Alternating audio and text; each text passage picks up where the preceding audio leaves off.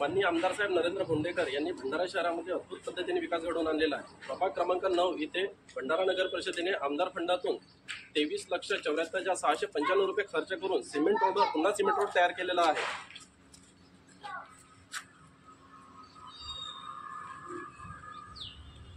रस्त्याच्या बांधकाम पूर्ण झाल्यानंतर लगेच 2.5 महिन्यांनी या रस्त्यावर भूमिगत गटार योजनेअंतर्गत खोदकाम करण्यात आलं।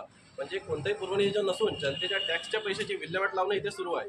माननीय आमदार साहेब नरेंद्र भोंडेकर यांना माहीत असून सुद्धा की भूमिगत गटार योजनेनंतर या रस्त्यावर खोदकाम होणार आहे, तरी त्यांनी या बोगस कामाला मंजुरी दिली व तसेच यांच्या या चुकीमुळे जनतेच्या लाखो रुपये टॅक्सचा पैसा या बोगस कामामध्ये खर्च झालेला आहे।